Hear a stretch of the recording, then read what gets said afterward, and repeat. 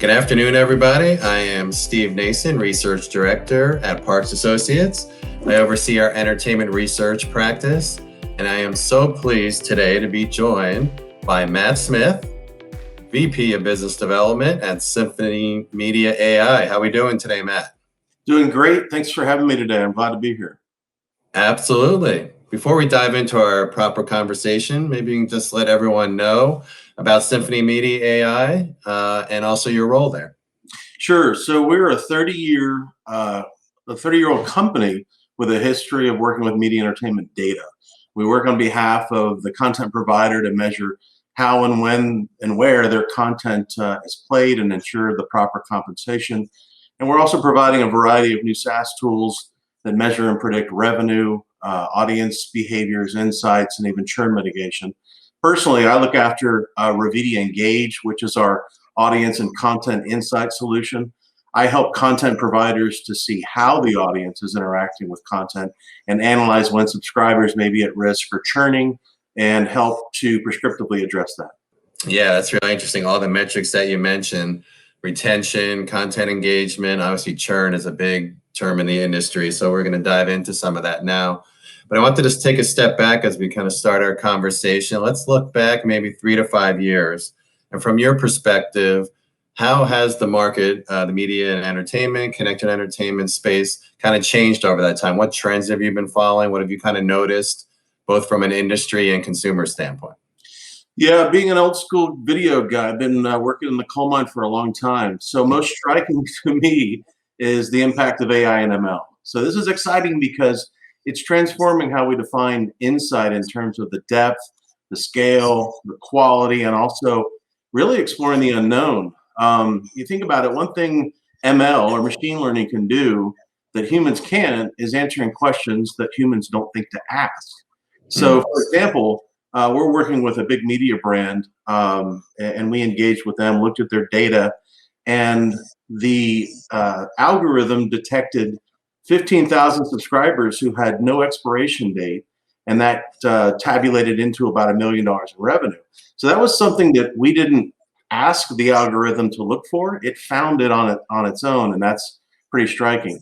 You know, AI is the thinking and the learning of computer platforms or machines, incorporating human intelligence into the machines and computers. To be more specific, it's the computer platforms and the machines that are taking in data and learning from that data, making decisions from that data to achieve a goal and complete a task. So for media entertainment companies, this really means providing invaluable analysis of their platform data with insight into every aspect of their business, from the authorization to the payment gateway, content affinity to user preference, and outcome probability based on a variety of factors. So in layman's terms, though, that sounds a bit high-minded, but we're really using the machines and the trained algorithms to really analyze every aspect of a video offering. That's what's really neat to me.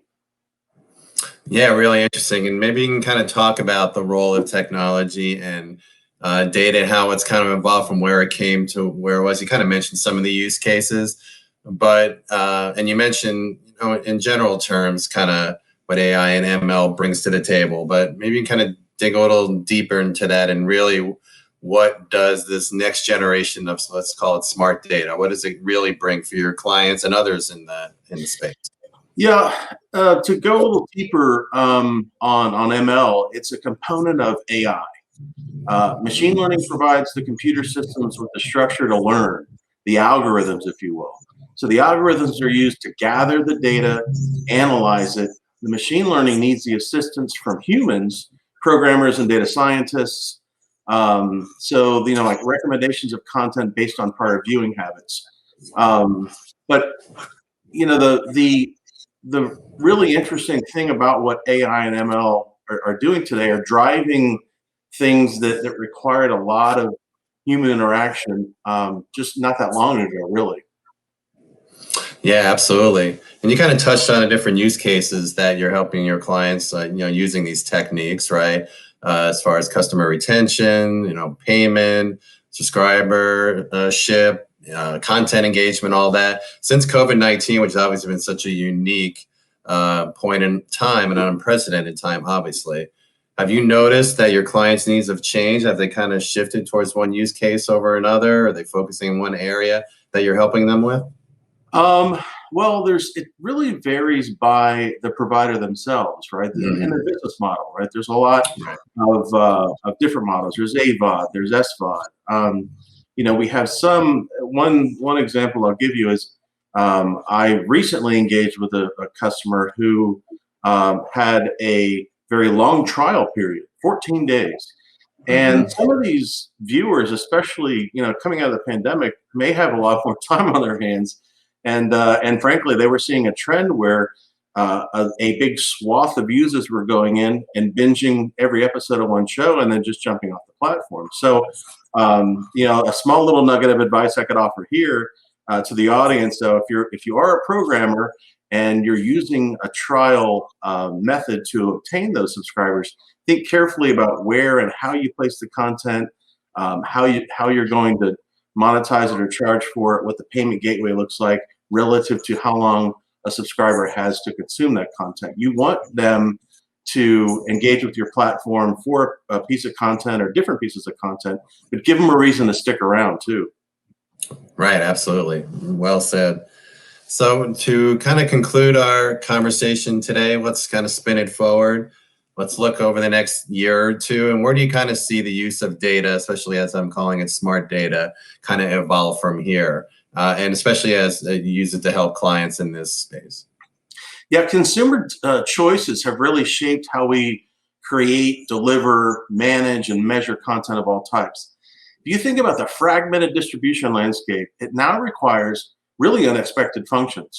Legal and accounting teams now, believe it or not, have to have complex Mhm. tools to manage their workflows and their businesses.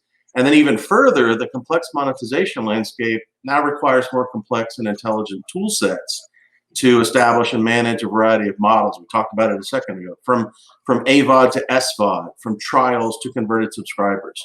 So the changes in windowing meaning where Yep. instead of it being, there's a date between theater and when it's available in your living room, that's compressed a bit. And Yes, bundling it is is. really further stretching out the teams and the tools and really the business itself too. So I still wonder as I look forward too, I wonder if short form content has a distinctive future. So, Mm, if any of us have watched teenagers, TikTok is the main go-to for them. no Um, but doubt. but conversely, the crash and burn of Quibi gives me pause. Mm. So I don't know if a change in content form is one forward path for sure, but we believe that the future of media entertainment viewing will continue to test the provider's ability to think about these things and anticipate and adapt to changing viewer tastes. So we're helping by continuing to build and adapt technology to help them meet these needs. So really, if you're in the audience, ask yourself how prepared you and your team are for that. Absolutely. And that's a great way to wrap it up. Well, Matt Smith, VP Business Development at Symphony Media AI, thank you again for your time and perspectives today. My pleasure. Thanks for having me. Absolutely.